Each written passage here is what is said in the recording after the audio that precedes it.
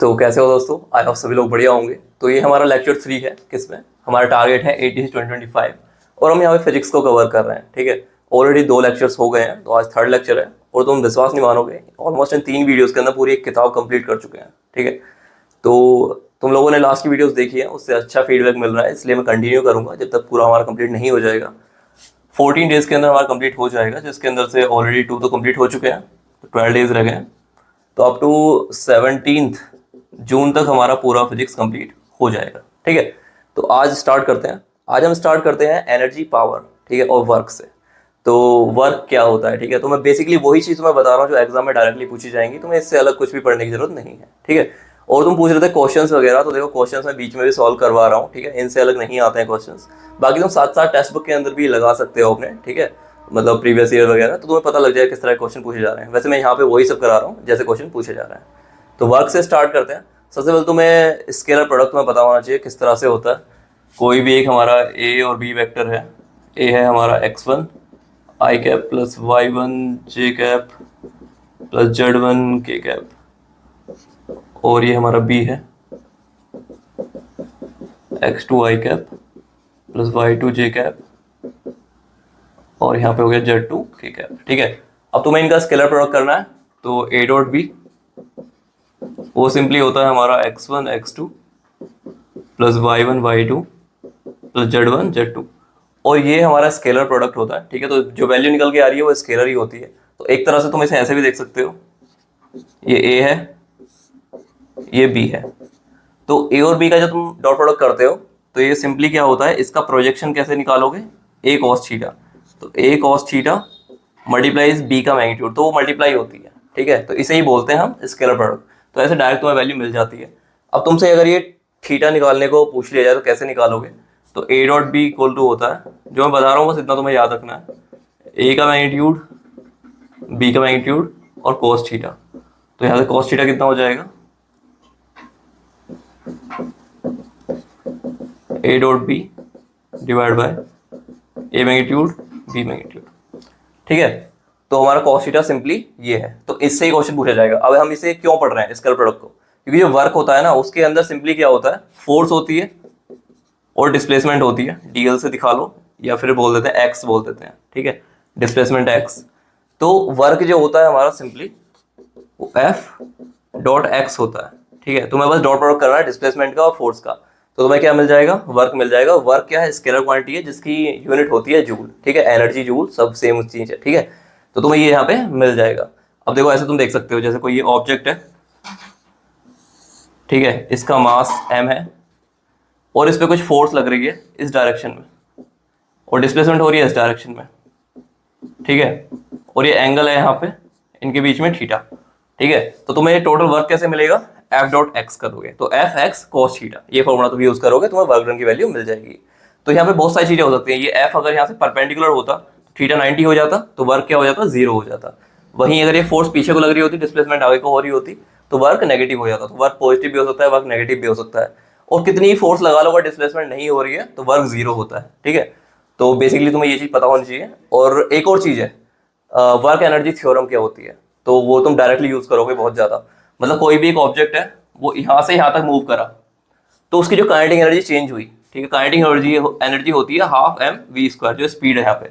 मान लेते हैं यहाँ पे इनिशियल स्पीड है वी आई, यहाँ हो गई है half M V F square. ठीक है, तो चेंज इन काइनेटिक एनर्जी हुआ, इसमें से माइनस करेंगे तो डेल्टा के वो बराबर होती है इस बीच में जितना भी वर्क हुआ है ना उसके बराबर होती है। तो इसे तुम याद रखो, ऐसा क्या ऐसा ही। हमारे पास 2 क्वेश्चन है। पहला क्वेश्चन है कि एक रेन ड्रॉप है, ठीक है, बारिश की बूंद है 1 ग्राम की, वो ऊपर से नीचे की तरफ गिर रही है। तो उस पर 2 फोर्स लग रही है, एक तो ग्रेविटी की, दूसरी उस पर रेजिस्टिव फोर्स लग रही है ऊपर की तरफ को, जो हवा वगैरह की वजह से लगती है।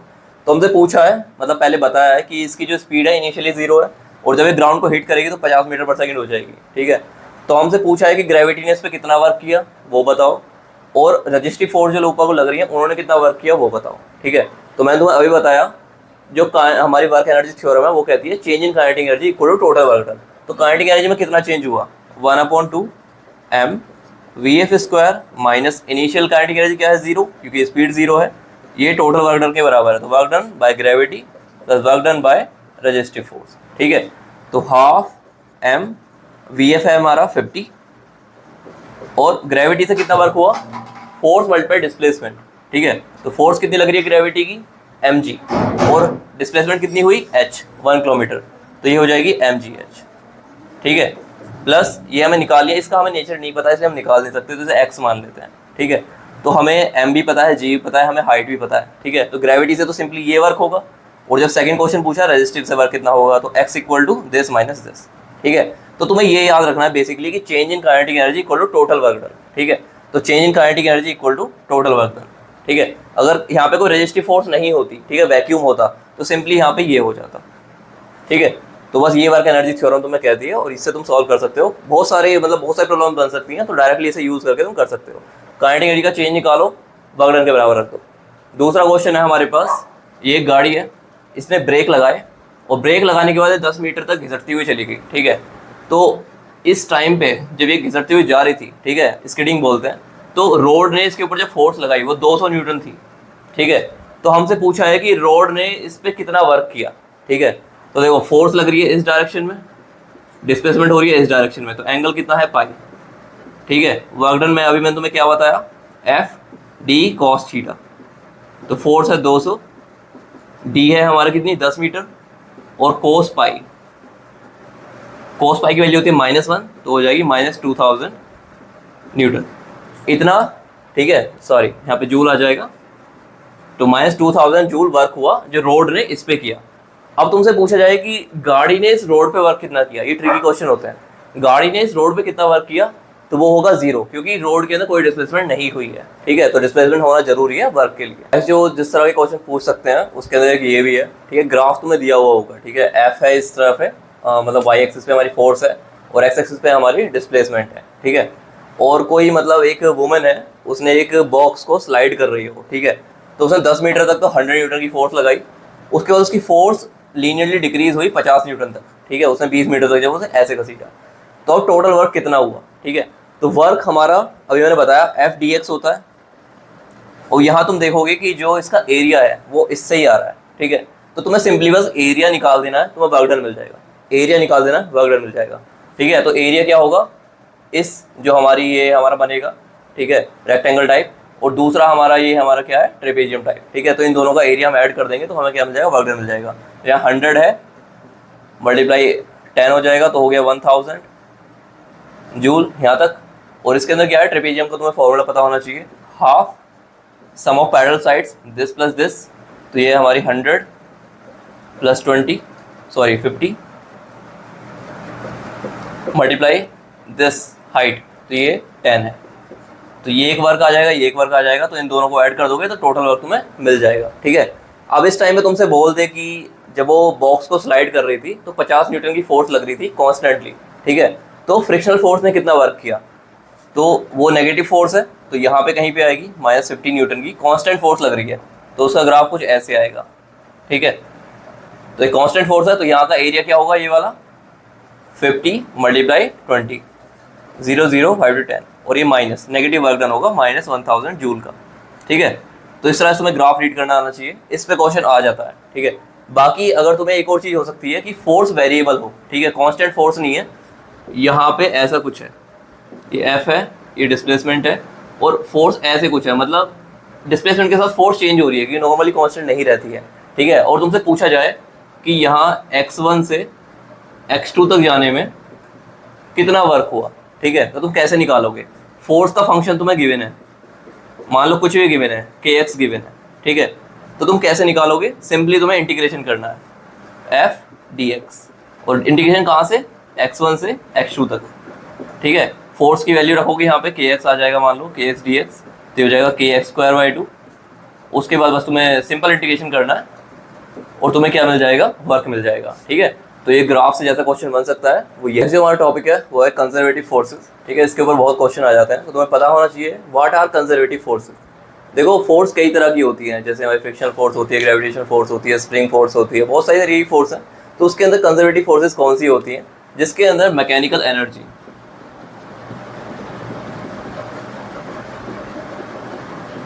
मैकेनिकल एनर्जी क्या होती है, kinetic energy plus potential energy, ये जो सम है ये कांस्टेंट रहे, ठीक है, पूरे प्रोसेस के अंदर, तो हम उसे बोलेंगे कि वो कंजर्वेटिव फोर्स से मतलब वो बनी है, एनर्जी बनी है, ठीक है। और बाकी जो वर्क डन है वो डिपेंड करना चाहिए इनिशियल और फाइनल पोजीशन पे, ठीक है। तो वो कंजर्वेटिव फोर्सेज है, ठीक है। मैं एग्जांपल देता हूँ तुम्हें, जैसे ग्रेविटी जो है हमारी, ग्रेविटेशन फोर्स जो है वो कंजर्वेटिव फोर्सेज है, ठीक है। अब मान लो कोई एक ऑब्जेक्ट है, वो यहाँ पे है, ये हमारा अर्थ का ग्राउंड है, ठीक है, ये हाइट है कैपिटल एच, ठीक है। तो इसकी पोटेंशियल एनर्जी यहाँ पे भी रुका हुआ है, ठीक है। तो इसकी पोटेंशियल एनर्जी कितनी होगी, mgh, ठीक है। और अगर जब तुम इसे रिलीज कर दोगे तो यहाँ पे आके इसकी जो काइनेटिक एनर्जी है वो पोटेंशियल एनर्जी में कन्वर्ट हो जाएगी, half M V square equal to M G H के इक्वल टू हो जाएगी, ठीक है। और तुम यहाँ से अगर v निकालोगे तो √2gh आएगा, ठीक है। तो ये नॉर्मल केस है, ऐसे सीधी गिर रही है, ठीक है। अभी अगर तुम देखोगे कि हम इसका पाथ चेंज कर दें, हम कहें कि यहाँ से इस तरह से एक रोलर कोस्टर टाइप है और यहाँ पे आके ऐसे गिर रहा है, अब हमें यहाँ पे इसकी स्पीड बतानी है, तो अभी भी स्पीड ये सेम ही रहेगी, ठीक है। और क्यों अभी स्पीड सेम रहेगी, इसका मीनिंग ये है कि यहाँ पे पोटेंशियल एनर्जी भी सेम है, ठीक है। किसी भी तरह से इसे ऊपर लेके जाओ, अगर नॉन फ्रिक्शनल है, ठीक है, तो तुम ये बोलोगे ग्रेविटी से जो वर्क हुआ है वो सिंपली mgh ही हुआ है, ठीक है। तो डिपेंड कर रहा है इनिशियल और फाइनल पॉइंट पे बस, ठीक है, किस पाथ से गए हो उस पर डिपेंड नहीं कर रहा है कि ग्रेविटी ने कितना वर्क किया, ठीक है। तो mgh ही रहेगा और लास्ट में की स्पीड सेम रहेगी, चाहे इधर से ऐसे जाए ऐसे आ जाए तो भी इतनी रहेगी, इधर से जाके ऐसे जाके आ जाए तो भी इतनी ही रहेगी, ठीक है। तो पाथ इंडिपेंडेंट होती है हमारी कंजर्वेटिव फोर्सेस, ये तुम्हें पता होना चाहिए। अभी अगर मैं स्प्रिंग सिस्टम की बात करूं, ठीक है, तो स्प्रिंग सिस्टम के अंदर जो फोर्स लगती है वो भी हमारी क्या होती है, कंजर्वेटिव फोर्सेस होती है। जैसे मान लो यहाँ से है, ये एक स्प्रिंग है, ठीक है, और यहाँ से तुमने एक बॉक्स इसके साथ यहाँ पे बांध दिया है और ये यहाँ पे x इक्वल टू 0 है, ठीक है। ये इक्विलिब्रियम पोजीशन है जहाँ पे ये रुका हुआ है अभी, ठीक है। अब तुमने इसे स्ट्रेच किया इधर को, उसके बाद तुम्हें छोड़ दिया तो ये ऑसिलेट करेगा, ठीक है, ऑसिलेट करेगा। तो इसकी जो हमारी एनर्जी है, अब यहाँ पे फोर्स क्या रहती है, स्प्रिंग सिस्टम के अंदर फोर्स कैसी रहती है, अगर तुम इस तरह को स्ट्रेच करोगे तो फोर्स इधर को लग रही होगी, और जब इस तरह को तुम कंप्रेस करोगे फोर्स इधर को लग रही होगी। तो फोर्स हमेशा रिवर्स रहती है डिस्प्लेसमेंट से, ठीक है। तो ये होता है फोर्स का फॉर्मूला जो हमारे स्प्रिंग के अंदर रहता है। तो यहाँ से एनर्जी कितनी निकल के आएगी, वर्क डन, मतलब इसे हमने अगर x डिस्प्लेस किया है तो इसके अंदर कितना वर्क हुआ, ठीक है। तो पोटेंशियल एनर्जी कितनी हो जाएगी इसकी, F(dx) equal to minus kx dx, ठीक है। इंटीग्रेट करोगे 0 to x के लिए तो ये हो जाएगा kx²/2, मतलब इतनी एनर्जी स्टोर हो, इतना वर्क डन किया गया, ठीक है। अब तुमने स्ट्रेच करके तो यहाँ पकड़ा हुआ है बस, ठीक है, तो इसके अंदर इतनी एनर्जी स्टोर है, ठीक है। अब तुम इसे छोड़ोगे तो वो एनर्जी काइनेटिक एनर्जी में कन्वर्ट होगी, और यहाँ पे आके जब डिस्प्लेसमेंट 0 है, ठीक है, तो वैसा वर्क तो 0, ये तो 0 हो जाएगा, जो पोटेंशियल एनर्जी वो 0 हो जाएगी, लेकिन यहाँ पे हमारी जो काइनेटिक एनर्जी वो मैक्सिमम हो जाएगी, ठीक है। तो इस तरह से तुम देखोगे इस पूरे सिस्टम के अंदर जब ऐसे ऑसिलेट करेगा उसके यहाँ पे आएगा, जब कंप्रेस होएगा वापस से इतनी पोटेंशियल एनर्जी इसके अंदर आ जाएगी क्योंकि x तक ही आएगा ये, ठीक है। और काइनेटिक एनर्जी 0 हो जाएगी क्योंकि यहाँ पे आगे कोई मूवमेंट नहीं होगी, ऐसे यहाँ पे कोई मूवमेंट नहीं है तो काइनेटिक एनर्जी 0 है। तो kinetic energy plus potential energy हमेशा कांस्टेंट बना हुआ है, ठीक है। तो अगर उसका तुम ग्राफ बनाओगे वो ऐसे आएगा, अगर यहाँ पे तुम, ठीक है, यहाँ पे हम बोल देते हैं काइनेटिक एनर्जी, ठीक है, और ये 0 है, ठीक है। तो यहाँ से क्या होगा, इनिशियली इसे यहाँ पे बनाते हैं, ठीक है, ये 0 है और ये x है, ये -x है। तो काइनेटिक एनर्जी क्या है, जब यहाँ पे हमने स्ट्रेच किया तो x पे इसकी काइनेटिक एनर्जी 0 है, और जैसे जैसे ये इधर की तरफ को आएगा इसकी काइनेटिक एनर्जी इंक्रीज होनी स्टार्ट हो जाएगी और मैक्सिमम तक जाएगी, फिर डिक्रीज होएगी -x तक होगी, ठीक है। यहाँ पे क्या है, पोटेंशियल एनर्जी मैक्सिमम है, तो पोटेंशियल एनर्जी का कर्व बिल्कुल उल्टा आएगा। तो तुम्हें ये पता होना चाहिए स्प्रिंग का, ठीक है, ये एनर्जी कर्व है, काइनेटिक एनर्जी मैक्सिमम होती है 0 पे, पोटेंशियल एनर्जी मैक्सिमम होती है इसके एंड पॉइंट्स पे, ठीक है, और इनका सम हमेशा कांस्टेंट रहता है। उसकी वजह से क्या है, क्योंकि ये कंजर्वेटिव फोर्स है। तो मैं ग्रेविटी बताई और स्प्रिंग सिस्टम तुम्हें बताया, इसके अंदर पोटेंशियल एनर्जी इतनी होती है और काइनेटिक एनर्जी इसके बराबर ही होगी, जो तुम्हें निकालनी होगी, कहीं बीच में मैक्सिमम निकालनी है तो तुम क्या करोगे, k²/2 equal to half m vm², ठीक है। तो यहाँ से तुम्हें मैक्सिमम स्पीड मिल जाएगी जो कि इस पॉइंट पे होगी जब ये x इक्वल टू 0 पे होगा, ठीक है, इक्विलिब्रियम पोजीशन में इसकी मैक्सिमम स्पीड होगी, तो तुम यहाँ से निकाल सकते हो। तो अगर तुमसे पूछा जाएगा कि स्प्रिंग के अंदर कितना वर्क हो रहा है, अगर x1 से x2 तक जा रहा है, x1 से x2 तक जा रहा है स्ट्रेच करके, तो तुमसे वर्क डन पूछा जाए तो तुम निकाल सकते हो, यहाँ लिमिट पुट कर दोगे x1 to x2, इंटीग्रेट करके यहाँ पे सिंपली वैल्यू डालोगे, तुम्हें पोटेंशियल एनर्जी मिल जाएगी। पोटेंशियल एनर्जी क्या है, वर्क डन के बराबर है। कुछ क्वेश्चंस हैं, इनसे तुम्हारा कंसेप्ट काफ़ी अच्छा क्लियर हो जाएगा, ठीक है। तो अभी एक कार है, ठीक है, ये एक स्प्रिंग सिस्टम है जो रोड पे बांधा हुआ है, और ये कार क्या है कि 5 मीटर पर सेकंड की स्पीड से जा रही है, ठीक है, और इसका वेट है 1000 किलो, ठीक है। तो हमसे पूछा है कि जब ये इससे टकराएगी और इसे स्प्रिंग को कंप्रेस करेगी और रुक जाएगी तो इसकी मैक्सिमम कंप्रेशन कितनी होगी, ठीक है। मान लो x तक ये कंप्रेस हो गई तो वो x हमें बतानी है, मैक्सिमम कंप्रेशन कितना होगा, ठीक है। तो इनिशियली क्या है, कोई पोटेंशियल एनर्जी नहीं है, काइनेटिक एनर्जी है इसके पास ½ mv², जो कि इसकी है, ठीक है। अभी तक ये नॉर्मल है। जब ये इसे कंप्रेस करेगी तो इसकी जितनी भी काइनेटिक एनर्जी है पूरी तरह से पोटेंशियल एनर्जी में कन्वर्ट हो जाएगी, क्योंकि ये कंजर्वेटिव फोर्स है। तो यहाँ पे हम, और स्प्रिंग की पोटेंशियल एनर्जी कितनी होती है, kx² / 2, ठीक है। k हमें गिवन है, m हमें गिवन है, v हमें गिवन है, x हमें निकालना है, तो हम यहाँ डायरेक्ट कैलकुलेट कर सकते हैं, ठीक है। तो x क्या होगा, कंप्रेशन हो जाएगा। तो ऐसे क्वेश्चन पूछेंगे डायरेक्ट तुम सॉल्व कर सकते हो। नेक्स्ट चीज है पावर। अब देखो वर्क डन हमने देख लिया जूल में होता है, कितना जूल में निकलता है हमें पता है, ठीक है। अभी हमें बताना है पावर क्या होती है। तो वर्क कितना हो रहा है वही मैटर नहीं करता, वर्क कितनी जल्दी हो रहा है वो ही मैटर करता है, उसे पावर बोलते हैं। तो वर्क पर यूनिट टाइम, ठीक है, इसी को हम पावर बोलते हैं, और इसकी यूनिट होती है वाट, जूल पर सेकेंड, ठीक है। कितना जूल पर सेकेंड हुआ वर्क, उसी को बोलते हैं हम पावर। तो इसका फॉर्मूला होता है, अगर फोर्स और वेलोसिटी तुम्हें गिवन है तो फोर्स और वेलोसिटी का डॉट प्रोडक्ट कर दो, तुम्हें पावर मिल जाएगी, ठीक है। वरना W/T कर दो, कितना वर्क कितने टाइम में हुआ, तो उससे तुम्हें पावर मिल जाएगी। ये दो फॉर्मूले तुम डायरेक्ट यूज़ कर सकते हो। और हम नॉर्मली घरों के अंदर यूज़ करते हैं 1 kWh, ठीक है, कि इतनी एनर्जी कंजप्शन हुई है घर के अंदर, ठीक है, कि इतनी यूनिट, तो ये kWh होती है। तो इसे तुम्हें याद रखना है, इतने जूल के बराबर होती है, 3.6 × 10⁻⁶ जूल, ठीक है। इससे तुम कैलकुलेट कर सकते हो, कोई भी पावर तुमसे पूछ ली जाए kWh में निकालो, तो इससे डिवाइड कर दोगे, तुम्हें पता लग जाएगा कितना kWh वो है। वहीं पावर हम हॉर्स पावर में मेजर करते हैं, जो ऑटोमोबाइल्स होते हैं, कार्स वगैरह होती हैं, वो तुम क्वेश्चन पूछ सकता है कि हॉर्स पावर में कितनी पावर है इसकी। तो कितनी भी पावर जो भी आई है निकाली तुमने, उसे 746 से डिवाइड कर दो, तो जो आंसर होगा तुम्हारा वो हॉर्स पावर में आएगा, ठीक है। तो तुम्हें ये 2-4 चीज़ पता होनी चाहिए। एक क्वेश्चन है हमारे पास, ये एक लिफ्ट है, ठीक है, इसका वेट जो है मैक्सिमम 1800 kg तक ये कैरी कर सकती है, और इस पर जब ये ऊपर को जाती है तो फ्रिक्शनल फोर्स लग रही है 4000 न्यूटन नीचे की तरफ को, ठीक है। और तो हमें बताना है कि जो ये मोटर जो बंधी हुई है, मतलब जो इस मोटर से इस पे वर्क हो रहा है ऊपर नीचे ले जाने में, उसे कितनी पावर देनी पड़ रही है इसे, ठीक है, कितनी पावर देनी पड़ रही है। ये स्पीड 2 मीटर पर सेकंड से ऊपर को जा रही है, ठीक है। तो हमें क्या करना पड़ेगा, हमें पहले ये पता करना पड़ेगा कितनी फोर्स लगाई जा रही है मोटर के द्वारा ऊपर खींचने में से, ठीक है। तो 4000 न्यूटन तो फ्रिक्शनल फोर्स लग रही है, बाकी mg कितनी लग रही है, 1800 × 10 हो जाएगा 18000 न्यूटन। तो ये टोटल हमारी 22000 न्यूटन इस पे फोर्स लग रही है नीचे की तरफ को, तो उसके अगेंस्ट वर्क कर रही है मोटर। तो इतनी ही फोर्स लगानी पड़ रही होगी मोटर को ऊपर खींचने के लिए, ठीक है। तो इतनी फोर्स है और इतनी वेलोसिटी है, तो फोर्स मल्टीप्लाई वेलोसिटी क्या होता है, पावर होता है। तो इसमें जस्ट 2 की मल्टीप्लाई कर देंगे तुम्हें स्पीड की, और तुम्हें क्या मिल जाएगा, पावर मिल जाएगी, इतने वॉट, इतने जूल पर सेकेंड। अब तुमसे पूछा जाए कि इसे हॉर्स पावर में बताओ, तो इसे 746 से तुम डिवाइड कर दोगे, तो तुम्हें क्या मिल जाएगा, HP में मिल जाएगा आंसर, ठीक है। तो ये लास्ट टॉपिक है इस चैप्टर का, वो है कॉलिजन्स। तो कॉलिजन्स होते हैं हमारे दो तरह के, तुम्हें पहले डिफरेंस पता होना चाहिए, इलास्टिक और इनइलास्टिक, ठीक है। इलास्टिक के अंदर क्या है, देखो मोमेंटम हमेशा मतलब मोमेंटम जो है वो हमेशा कंजर्व रहेगा, चाहे इसमें हो चाहे इसमें हो। काइनेटिक एनर्जी इसमें कंजर्व रहेगी, इसमें कंजर्व नहीं रहेगी, ये तुम्हें याद रखना है, ठीक है। इनइलास्टिक का मैं एक एग्जांपल तुम्हें देता हूँ कि 2 बॉल है, एक बॉल आई पैर दूसरे को स्ट्राइक करी और दोनों की दोनों साथ में मिलके ऐसे आगे की तरफ चली गई, ठीक है। तो ये कंप्लीटली इनइलास्टिक कोलिजन का एग्जांपल है, ठीक है। वहीं अब देखो, अगर इनइलास्टिक होगा कोलिजन तो इक्वेशन कैसे बनेगी, अगर मैं बोलूँ इसकी इनिशियल स्पीड u1 है, इसकी u2 है, कोलिजन के बाद दोनों एक साथ मिलके चली गई हैं, तो किसी v स्पीड से चली गई हैं, ठीक है। तो m1 u1 plus m2 u2, ये इनिशियल मोमेंटम है, वो हमेशा बराबर रहेगा फाइनल मोमेंटम के। दोनों एक साथ मिल गए हैं तो इनका सम ऐसे हो जाएगा, और ये भी, ठीक है। तो ये इक्वेशन तुम्हें याद रखनी है, मतलब इस तरह से तुम्हें इक्वेशन ये बना सकते हो तुम कंजर्वेशन ऑफ मोमेंटम से, तो इससे तुम क्वेश्चन सॉल्व कर सकते हो, इसलिए तुम्हें याद रखना है, ठीक है। वहीं तुमसे पूछा जाए कि इस कोलिजन के अंदर कितनी काइनेटिक एनर्जी लॉस हुई, क्योंकि इनइलास्टिक है तो काइनेटिक एनर्जी लॉस हुई होगी। तो इनिशियल काइनेटिक एनर्जी कितनी थी, m1 u1² plus ½ m2 u2², ठीक है।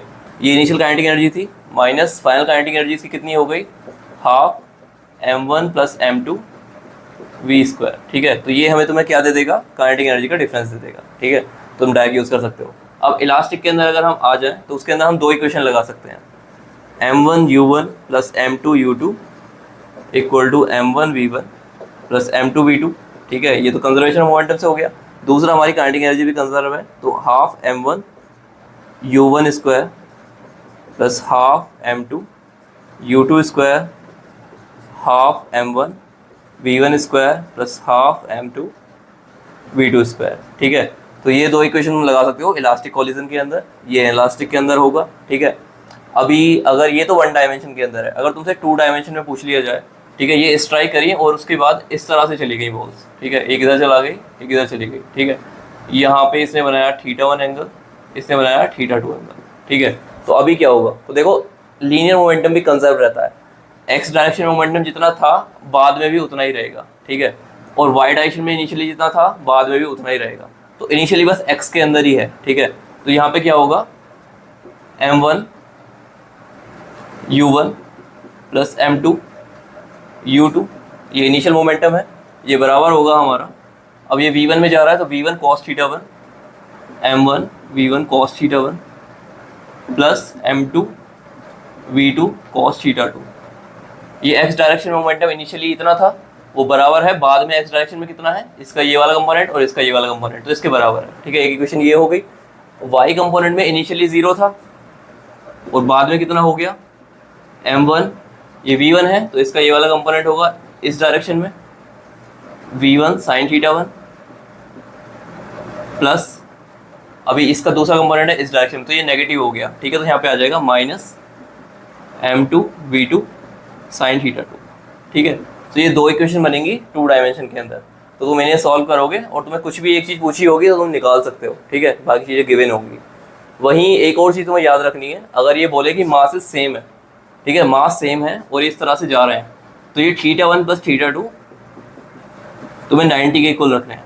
ठीक है, इस पे तुम्हें नॉर्मल क्वेश्चन मिल जाएगा कहीं ना कहीं, तो अगर याद रखना इस चीज़ को, अगर मास सेम बोल दें तो तुम्हें समझो लेना है θ1 θ2 का वो 90 लेना है। ठीक है, तो इतना ही था इस चैप्टर के अंदर।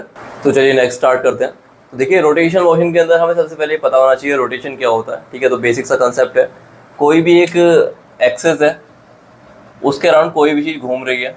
ठीक है, ये फिक्स्ड एक्सेस है हमारी, इसके अराउंड इस तरह से घूम रही है। ठीक है, ये कोई ऑब्जेक्ट है तो ये r रेडियस है, इसकी एंगुलर वेलोसिटी ओमेगा हो सकती है इसकी। ठीक है, इस तरह से ये चीज़ें हैं। ठीक है, ये घूम रही है, नॉर्मल चीज़ है।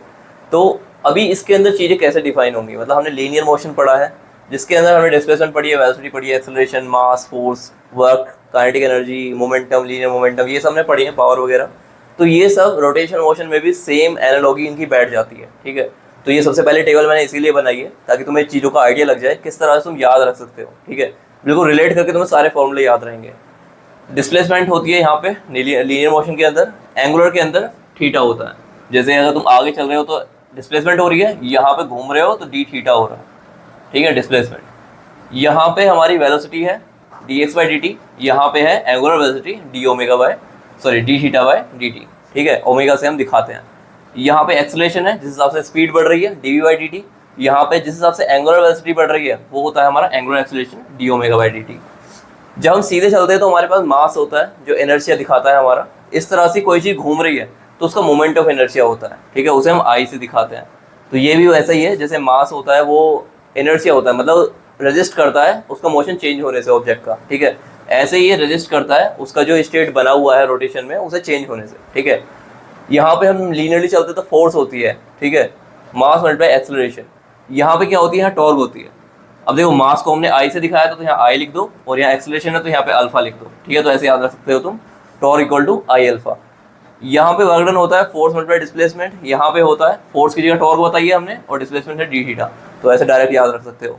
Kinetic energy half mv², m की जगह आई आ जाएगा, v की जगह ओमेगा आ जाएगा, तो ऐसे एनालॉजी बिठा के याद रख सकते हो। Power force multiply velocity, force की जगह टॉर्क, वेलोसिटी की जगह ओमेगा। ऐसे मोमेंटम होता है लीनियर मोमेंटम mv होता है, यहाँ पे आई और ओमेगा आ जाएगा एंगुलर मोमेंटम। तो ये टेबल तुम्हें बिल्कुल याद होनी चाहिए क्योंकि ये डायरेक्ट फॉर्मूले पे क्वेश्चन आते हैं और तुम डायरेक्टली इन्हें कर सकते हो। ठीक है, तो अभी हम पहला टॉपिक उठाएंगे, मतलब जो इंपॉर्टेंट टॉपिक्स है ना सभी वही करेंगे। सबसे पहला है सेंटर ऑफ मास पे क्वेश्चन बनते हैं तो उसे समझेंगे। तो दोस्तों पहला टॉपिक है हमारा सेंटर ऑफ मास। ठीक है, तो सेंटर ऑफ मास क्या होता है, किसी भी एक बॉडी के अंदर एक ऐसा पॉइंट होता है जहाँ पे उसका सारा मास कंसंट्रेटेड है। मतलब मान लो एक ये रोड है, ठीक है, और इसका अगर ये यूनिफॉर्मली मास डिस्ट्रीब्यूट है तो इसके सेंटर पे होगा। तो जो फोर्स तुम यहाँ पे लगाओगे तो यहाँ पे मात्र यहाँ फोर्स लगाने से पूरी बॉडी मूव करेगी, जैसे कि पूरी बॉडी पे फोर्स लगी हो। ठीक है, तो ऐसा पॉइंट जहाँ पे सारा मास कंसंट्रेटेड हो उस तरह से मूव करे। ठीक है, तो मतलब इस पॉइंट के मोशन से तुम पूरी बॉडी का मोशन बता सकते हो, तो उसे सेंटर ऑफ मास बोलते हैं। ठीक है, तो कैसे निकालते हैं सेंटर ऑफ मास? ठीक है, मान लो दो ऑब्जेक्ट है हमारा, ये m1 है और ये m2 है। ठीक है, और ये हमारा यहाँ पे हमने ओरिजिन मान लिया और ये सेम एक्स एक्सिस पे है। ठीक है, दोनों मास, और यहाँ तक की डिस्टेंस है हमारी d1 और यहाँ तक की डिस्टेंस है हमारी d2। हमें कहीं पे भी एक ओरिजिन लेना होता है। उसके बाद हम क्या करेंगे, m1 d1 plus m2 d2 divide by m1 plus m2, ये बराबर होगा d के। और ये कैपिटल D क्या है, ये वो डिस्टेंस तुम्हें देगा जहाँ पे सेंटर ऑफ मास आएगा, तो ये यहाँ कहीं सेंटर में आ जाएगा। ठीक है, क्योंकि अगर तुम देखोगे दोनों मास इक्वल हो जाए, ठीक है, तो यहाँ पे क्या होगा, md1 plus md2 divide by 2m, m common लोगे तो ये आ जाएगा d1 plus d2 divide by 2, तो ये सेंटर तुम्हें यहाँ पे मिल जाएगा। ठीक है, तो इस तरह से हमें पता लग रहा है कि सेंटर ऑफ मास कैसे निकाल सकते हैं हम। ठीक है, वन डायमेंशन के अंदर। वहीं अगर मैं बोलता कि इस ओरिजिन को हम यहाँ ना लेके यहाँ पे ले लें, ठीक है, तो यहाँ पे हमारे आप d1 क्या हो जाएगा, ये d1 है और ये d2 है। ठीक है, तो अब यहाँ से तुम्हें ये निकालना है। ठीक है, इसे तुम ओरिजिन पे मान रहे हो, तो तुम पहले से तुमने d डिसाइड कर लिया कि ये 0 है। ठीक है, तो यहाँ पे क्या हो जाएगा, d0 equal to m1 d1 plus m2 d2 divide by m1 plus m2। ठीक है, यहाँ से क्या हो जाएगा, m1 d1 equal to minus m2 d2। ठीक है, तो ये इक्वेशन तुम्हें याद रखनी है। जब तुम सेंटर पे ले लोगे इसको, ठीक है, तो हमारी यही इक्वेशन बनेगी, तो तुम्हें ये थोड़ा सा याद रखना है। वहीं अगर 2 डायमेंशन या 3 डायमेंशन के अंदर हमें इस तरह से मास दे रखे हो और हमसे पूछा जाए कि सेंटर ऑफ मास तुम्हें निकालना है, तो कैसे निकालोगे? पहले तो एक जनरल फॉर्मूला में तो बता दूं, अगर 2 मास से ज़्यादा यहाँ पे एक तीसरा मास भी होता तो तुम उसका भी डिस्टेंस निकालते, कहीं भी एक अगर मैं यहाँ ओरिजिन दे रखा है तो उससे, और यही फॉर्मूला लगाते हैं यहाँ पे सेम। ठीक है, तो यहाँ पे क्या हो जाता, m3 d3 divide by m3। ठीक है, तो ये फॉर्मूला होगा जनरल फॉर्मूला जो हम सेंटर ऑफ मास निकालने के लिए करेंगे यूज। ठीक है, वहीं अगर 2 डायमेंशन के अंदर आ जाए तो किस तरह से निकालेंगे? क्वेश्चन है कि हमारे पास 3 मास गिवन है, एक 100 ग्राम का यहाँ रखा है, 200 ग्राम यहाँ रखा है, 150 ग्राम का यहाँ रखा है पॉइंट मास। ठीक है, और ये XY प्लेन के अंदर है, यहाँ हमारा ओरिजिन है। हमें बताना है कि इसका, और ये इक्विलेटरल ट्राइंगल है। ठीक है, हमें बताना है कि सेंटर ऑफ मास कहाँ पे आएगा। तो देखो, जैसे हम यहाँ पे एक 1 डायमेंशन लिया था तो हमने डायरेक्ट निकाल दिया। यहाँ पे तुम्हें याद रखना है बस, अगर x, अब तुम्हें क्या है, 2 कंपोनेंट चाहिए, क्योंकि XY प्लेन में है तो सेंटर ऑफ मास के भी 2 कंपोनेंट होंगे। तो x कैसे निकलेगा, m1 x1 plus m2 x2 plus m3 x3 divide by m1 plus m2 plus m3। इस तरह से y कैसे निकलेगा, m1 y1 plus m2 y2 plus m3 y3 divide by m1 plus m2 plus m3। तो तुम्हें बस x1 x2 x3 components देखने हैं। तो इस पहले मास का x1 क्या है, 0 है, तो x1 हमें गिवन है 0। x2 क्या है, दूसरा मास हमारा ये है, तो इसके लिए x क्या है, 1, तो x2 है हमारा 1। x3 हमारा क्या है, 2, और तीनों मास तुम्हें गिवन ही है, तो x1 x2 x3 रखोगे, m1 m2 m3 रखोगे, तुम्हें x की कुछ वैल्यू मिल जाएगी। ठीक है, इस तरह से y1 क्या है, 0, y2 क्या है √3 और y3 क्या है, 0। तो y1 y2 y3 है, m1 m2 m3 है, तो y भी मिल जाएगा, तो तुम्हें x और y मिल जाएंगे। तो यही हमारा क्या होगा, सेंटर ऑफ मास होगा। ठीक है, तो इस तरह से तुम सॉल्व कर सकते हो और सेंटर ऑफ मास निकाल सकते हो। तो तुम्हें बस यही मेथड लगाना है, कंपोनेंट निकाल देने हैं, तो तुम्हें पूरा आंसर मिल जाएगा। ठीक है, अब तुम्हें एक नॉर्मली तो बता दो, कोई भी एक स्ट्रक्चर होता है उसका सेंटर ऑफ मास जो होता है यूनिफॉर्म, मतलब अगर मास हमारा बराबर डिस्ट्रीब्यूटेड है पूरी उस ऑब्जेक्ट के अंदर, तो ज्योमेट्रिकल सेंटर जो होगा, जैसे मान लो डिस्क है। ठीक है, डिस्क क्या है कि ये पूरी तरह से सॉलिड है। ठीक है, एक डिस्क बनी हुई है, तो इसके सेंटर पे, जहाँ पे ज्योमेट्रिकल सेंटर है, इसका सेंटर ऑफ मास भी यहीं पे होगा। वही हमारी रोड है सीधी, ठीक है, तो इसका सेंटर ऑफ मास भी इसके सेंटर पे ही होगा जहाँ पे ज्योमेट्रिकल सेंटर है। क्यों? क्योंकि अगर तुम यहाँ से निकालोगे m1 r1 m2 r2 करके, तो अगर यहाँ पे कोई m1 r1 आ रहा है तो उतना ही मास हमारा -m1 r1 पे भी होगा। ठीक है, तो तुम टोटल जब तुम सम करोगे, मतलब हमें टोटल सम ही तो करना है सेंटर ऑफ मास के लिए, m1 r1 m2 r2 m3 r3 m4 r4, जब टोटल सम करोगे तो ऊपर 0 आ जाएगा, तो r भी क्या आएगा, 0 आएगा। तो मीन्स अगर हमने यहाँ पे ओरिजिन माना था तो सेंटर ऑफ मास भी ओरिजिन पे ही आ रहा है। ठीक है, तो इस तरह से जस्ट एक याद रखना कि हर किसी ऑब्जेक्ट का ज्योमेट्रिकल सेंटर पे ही होता है अगर मास यूनिफॉर्मली डिस्ट्रीब्यूटेड है तो। ठीक है, तो ये सेंटर ऑफ मास का टॉपिक है। तो नेक्स्ट है हमारा वेक्टर प्रोडक्ट। इसे हम क्रॉस प्रोडक्ट भी बोल देते हैं, ठीक है। तो जैसे मैंने स्केलर पढ़ा था, यहाँ पे क्या है, अगर दो वेक्टर है हमारे ए क्रॉस बी, तो वो बराबर होता है ए का मैग्नीट्यूड बी का मैग्नीट्यूड साइन थीटा एन के। इसकी डायरेक्शन भी होती है।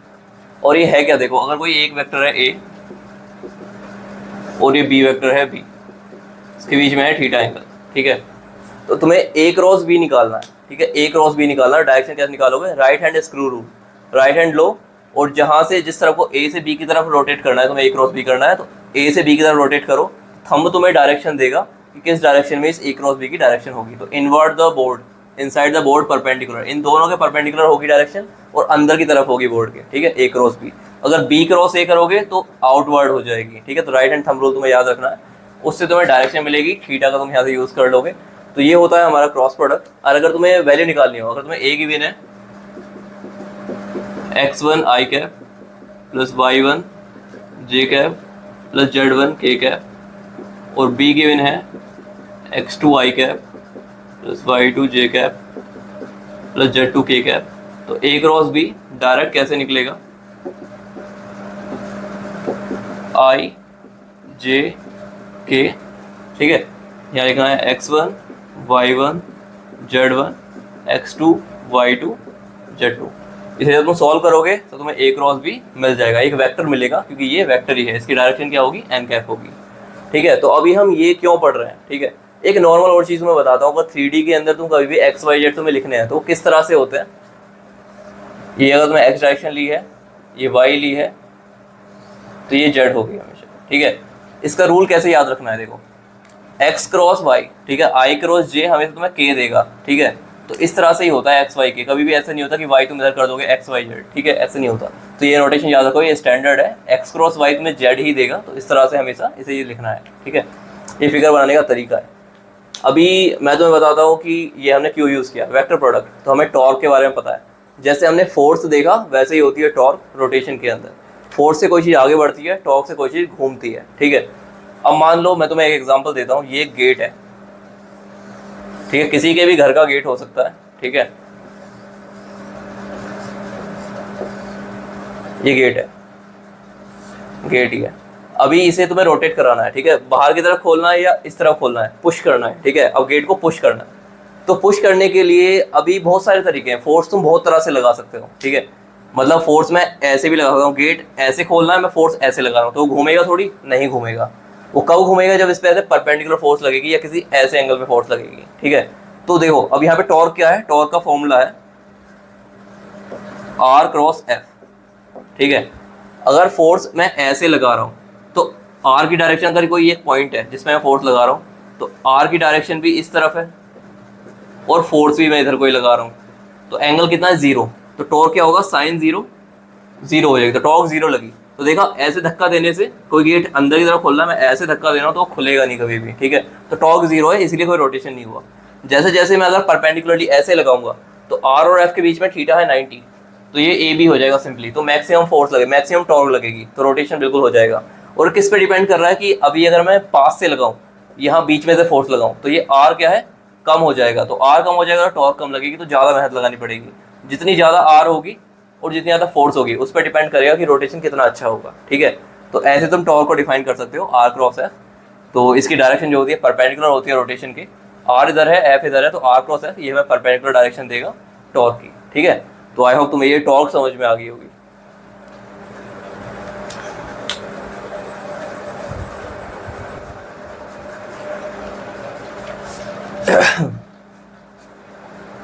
अभी मैं तुम्हें थोड़ी सी एक जनरल जो फॉर्मूलेज हैं जो बहुत इंपॉर्टेंट है वो तुम्हें मैं बता देता हूँ। तो अगर कोई रोटेशन है, ठीक है, कोई ऑब्जेक्ट घूम रहा है, ठीक है,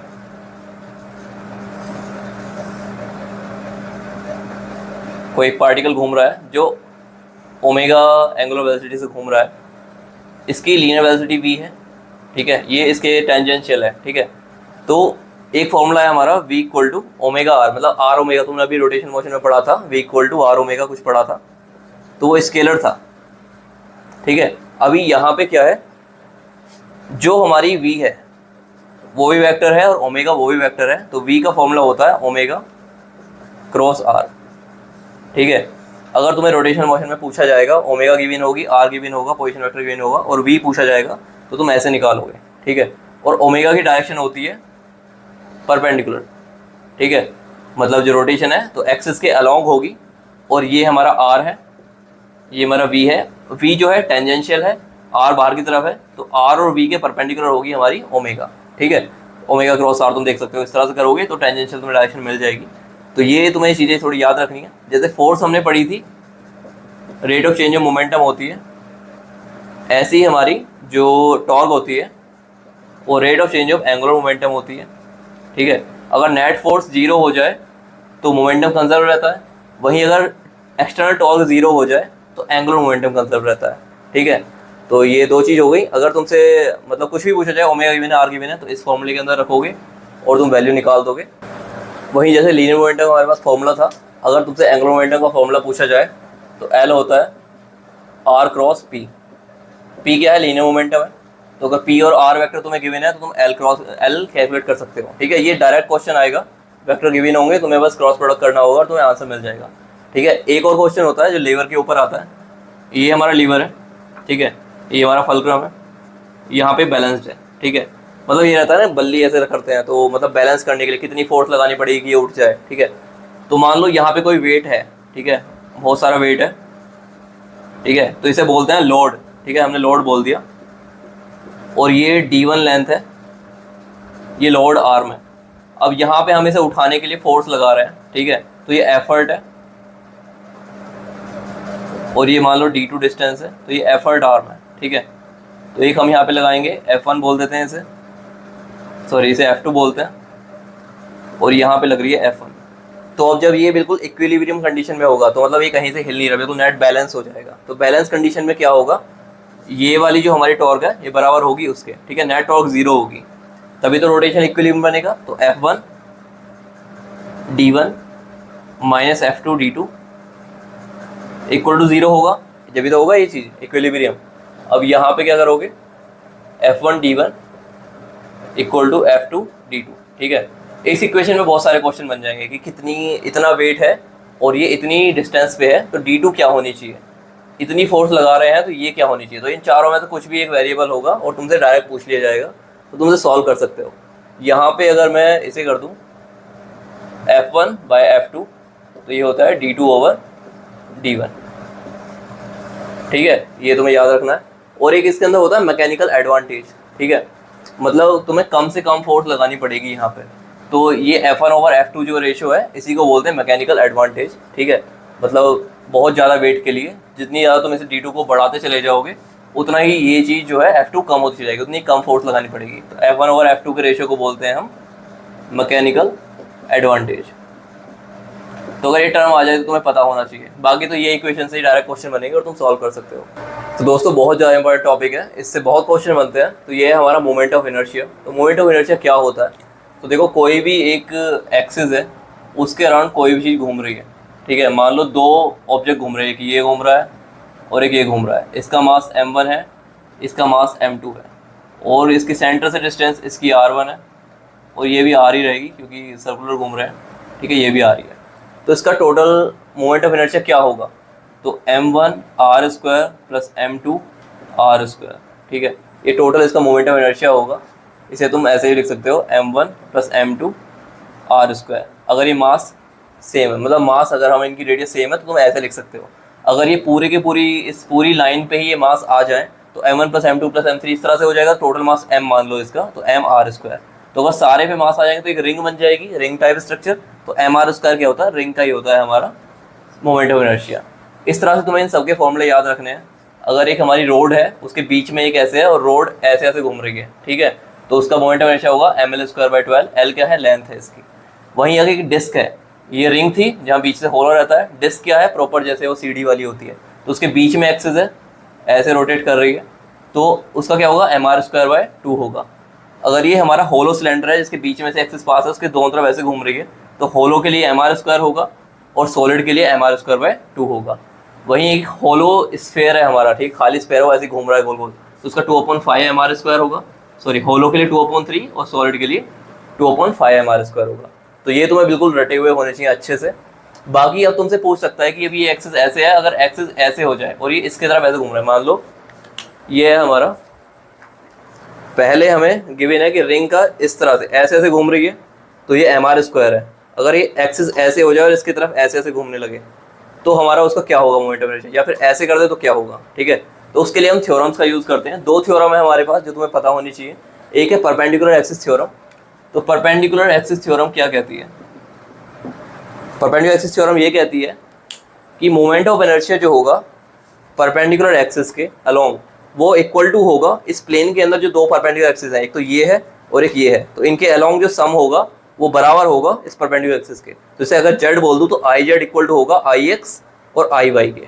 ठीक है, तो अब तुम इसके अंदर ही देखो, यहाँ पे परपेंडिकुलर आई जेड दे रखा है हमें mr²। ठीक है, और आई एक्स आई वाई सेम होंगे तो उसे 2ix लिख देता हूँ मैं, इक्वल टू आई जेड। तो ये mr² हो जाएगा और आई एक्स क्या निकल के आएगा mr²/2। तो जो अब जैसे तुमने पूछा था मैंने कि इसके अलोंग क्या होगा, x के अलोंग अगर ऐसे घूमेगा तो वो होगा mr²/2, या y के अलोंग भी सेम रहेगा तो mr²/2। ऐसे ही अगर तुम इस डिस्क के अंदर देखोगे तो ये परपेंडिकुलर दे रखा है, वहीं पे अगर इसके अंदर भी ऐसे ऐसे पूछने लगे तो क्या होगा, इक्वल टू mr²/2 रखोगे तो आई एक्स आ जाएगा mr²/4 आएगा यहाँ पे। तो यहाँ पे इसके अलोंग क्या होगा, 4 हो जाएगा mr²/4। तो ऐसे तुम परपेंडिकुलर एक्सिस थ्योरम का यूज़ कर सकते हो। तो ये तुम्हें पता होनी चाहिए। अगर कोई भी एक हमारा इस तरह से है, ठीक है, और ये है हमारी आई जेड और ये दो एक्सिस है हमारी, एक है आई एक्स और एक है आई वाई, तो आई जेड इक्वल टू होगा आई एक्स प्लस आई वाई के।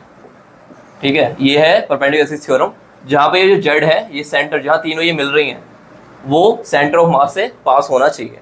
ठीक है, तो ये होगी परपेंडिकुलर एक्सिस थ्योरम। वहीं पे अगर हमसे पूछा जाए पैरेलल एक्सिस थ्योरम क्या है, तो अगर इस परपेंडिकुलर यहाँ पे तुम्हें पता है, अब तुम्हें बोला जाए यहाँ पे एक एक्सिस है तो इसके अलोंग बताओ, अब ये ऐसे ऐसे घूमेगी इसके चारों ओर, तो उसका मोमेंट ऑफ इनर्शिया क्या होगा।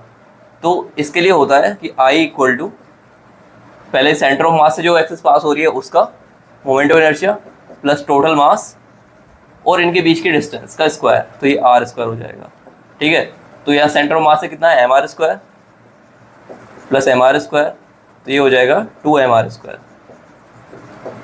ऐसे तुमसे यहाँ पे पूछ सकता है, यहाँ से पास हो रही है एक एक्सिस, यहाँ पे डाल दूँ तो इसके अलोंग क्या होगा, सेंटर ऑफ मास का मोमेंट ऑफ इनर्शिया प्लस वो क्या है यहाँ पे इस बार mr²/2 है गिवन है, प्लस टोटल मास m और डिस्टेंस है हमारी r, तो ये हो जाएगा 2 + 1 3/2 mr²। ठीक है, तो इस तरह से तुम्हें यूज़ करना आना चाहिए। ये है हमारी पैरेलल एक्सिस थ्योरम और ये है हमारी परपेंडिकुलर एक्सिस थ्योरम। तो कैसे यूज़ करनी है, किस तरह से तुम्हें क्वेश्चन बन सकता है वहाँ पे, ठीक है, तो तुम्हें पता होना चाहिए। वहीं पे अगर तुमसे ऐसे पूछ ले कि मान लो ये है क्वेश्चन, ये एक डिस्क है, ठीक है, डिस्क का डायमीटर के अलोंग ये डायमीटर है, ठीक है, इसके पैरेलल एक यहाँ पे है टेंजेंट, ठीक है, इसके अलोंग तुम्हें मोमेंट ऑफ इनर्शिया निकालना है, ये ऐसे करके ऐसे घूमेगी। ठीक है, तो पहले तो तुम्हें ये निकालना पड़ेगा डायमीटर के अलोंग है क्या, क्योंकि परपेंडिकुलर हमें पता है mr²/2 है, तो यहाँ पे कैसे हो जाएगा mr²/4 हो जाएगा। तो ये क्या हो जाएगा, पैरेलल एक्सिस थ्योरम यूज़ करेंगे तो I equal to centre of mass के अलोंग कितना है mr²/4 plus total mass multiply ये डिस्टेंस r², तो ये हो जाएगा 4 + 1 5/4 mr²। तो तुम्हें ये यूज़ करना आनी चाहिए, दोनों थ्योरम कैसे यूज़ करेंगे, और ये बिल्कुल रटे हुए होने चाहिए जो चीज़ मैंने बताई। तो मोमेंट ऑफ इनर्शिया से इतना ही आएगा। तो आज का जो लास्ट टॉपिक है उसे स्टार्ट करते हैं। ठीक है, ये बहुत ज़्यादा इंपॉर्टेंट है, थोड़ा ध्यान देना। एक तो मैं तुम्हें पहले और थोड़ी चीज़ बताता हूँ। जैसे तुमने देखा होगा बैक फ्लिप मारते हैं, ठीक है, कोई एक चेयर पे बैठा हुआ है बंदा, वो हाथ खोल लेता है तो स्पीड स्लो हो जाती है, बंद कर लेता है तो एकदम तेज़ हो जाती है ओमेगा। तो वो ये सब कैसे डिफाइन होते हैं, तो देखो एंगुलर मोमेंटम कंजर्व रहता है जब नेट एक्सेलरेटेड टॉर्क 0 है, तो L होता है हमारा I ओमेगा। ठीक है, तो जब ये कंजर्व रहेगा तो I1 ω1 इक्वल टू I2 ω2। ठीक है, तो जब बंदा हाथ खोल लेता है तो ये कंजर्व रहेगा। ठीक है, तो हाथ खोलने से क्या होगा, मोमेंट ऑफ इनर्शिया बढ़ जाएगा। तो इसे कंजर्व रहने के लिए जब I बढ़ेगा तो ओमेगा को कम होना पड़ेगा, इसलिए जब हाथ खोल लेते हैं तो स्पीड स्लो हो जाती है। लेकिन वैसे ही जब तुम उसे बीच में कर लोगे तो एकदम से स्पीड तेज हो जानी चाहिए ताकि ये चीज़ कंजर्व रह सके। तो तो इसीलिए तुम उन मोशन को डिफाइन करते हो। ऐसे ही बंदा बैक फ्लिप मारता है तो जब जंप लेता है तो वो ऐसे पैरों को अपने घुटनों को पास ले आता है, तो पास ले आने से एंगुलर वेलोसिटी बढ़ जाती है, तो एकदम से रोटेशन जल्दी हो जाता है, तो उसकी हेल्प से हम बैक फ्लिप मार पाते हैं। ठीक है, तो वो यही डिफाइन करता है। तो इंपॉर्टेंट चीज़ क्या है, देखो जब हम नॉर्मल ट्रांजिशन मोशन करते हैं, सीधे चलते हैं, तो उसके अंदर एक हमारे पास काइनेटिक एनर्जी होती है 12mv²। ठीक है, वहीं अब ये तो हो गई नॉर्मल मोशन के अंदर। अगर कोई चीज़ खाली एक फिक्स्ड एक्सिस पे रोटेट कर रही है, ठीक है, तो इसके अंदर क्या एनर्जी होती है, इसके अंदर होती है रोटेशनल काइनेटिक एनर्जी। तो उसका फॉर्मूला होता है 12I⍵²। ये मैंने बताया था तुम्हें। ठीक है, तो ये दो फॉर्मूले तुम्हें पता होने चाहिए। अगर अब कोई चीज़ है, कोई ऑब्जेक्ट है, मान लो यहाँ से है, वो रोटेट होता हुआ नीचे आ रहा है, ठीक है, घूमता हुआ नीचे आ रहा है, तो अब यहाँ पे क्या हो रहा है, यहाँ पे एक ट्रांजिशन मोशन भी हो रहा है और रोटेशन भी हो रहा है। तो इसकी टोटल एनर्जी कैसे तुम डिफाइन करोगे? टोटल एनर्जी इक्वल टू होगी 12mv²। cm क्या है, सेंटर ऑफ मास ही तो मूव कर रहा है इसका, प्लस अब रोटेशन एनर्जी कितनी है उसकी, 12I⍵²। ये होती है उसकी टोटल काइनेटिक एनर्जी। ठीक है, ये टोटल काइनेटिक एनर्जी का फॉर्मूला है। अब मैं बोलूँ कि यहाँ पे एक सॉलिड स्फीयर है, एक सिलेंडर है और एक रिंग है, जिनका रेडियस सेम है, ठीक है, और वो रोटेट करते हुए नीचे आ रहे हैं, तो कौन सा पहले आएगा, यहाँ पे कौन सा पहले आएगा? ठीक है, तो कौन तेज स्पीड से आएगा, कुछ भी पूछा जाता है कि किसकी स्पीड ज़्यादा होगी। ठीक है, तो ये तुम कैसे बताओगे? तो स्पीड ज़्यादा किसकी होगी, तो कैसे बताओगे? तो यहाँ पे देखो, जब ये यहाँ स्टार्टिंग में यहाँ पे है तो ग्रेविटी की वजह से आ रहा है, और ग्रेविटी क्या है, कंजर्वेटिव फोर्स है। तो mgh इसके पास पोटेंशियल एनर्जी है, ठीक है, वही एनर्जी टोटल इसमें कन्वर्ट होगी, तो mgh इसके बराबर हो जाएगी। अब यहाँ से तुम vcm निकाल लो। ठीक है, vcm अगर तुम यहाँ से इक्वेट करोगे तो किसकी फॉर्म में आ जाएगा, mgh माइनस 12I⍵², और ये हो जाएगा 2 इधर आ जाएगा और ये कैंसिल हो जाएगा और m नीचे चला जाएगा। ठीक है, इस तरह से आ जाएगी वैल्यू। अब ये I पे डिपेंड कर रहा है। ठीक है, I तीनों का अलग अलग होगा। ठीक है, स्फीयर का अलग होगा, रिंग का अलग होगा, और हमारा जो है सिलेंडर है उसका अलग होगा। तो उसकी वैल्यूज़ हम यहाँ पे रखेंगे, I की वैल्यू रखेंगे, बाकी सारी चीज़ें सेम हो सकती हैं, मास अलग अलग हो सकते हैं, तो वैल्यूज़ हम कैलकुलेट करेंगे और यहाँ से हमें स्पीड पता लग जाएगी। तो यहाँ से हमारे पास दो प्रॉब्लम सॉल्व हो जा रही हैं बड़े आराम से। ठीक है, एक तो हमें पता लग गया कि फाइनल वेलोसिटी किसकी ज़्यादा होगी। ठीक है, तो टोटल पोटेंशियल एनर्जी इस पॉइंट पे आगे टोटल काइनेटिक एनर्जी में कन्वर्ट हो जाएगी, जो कि ये होगी।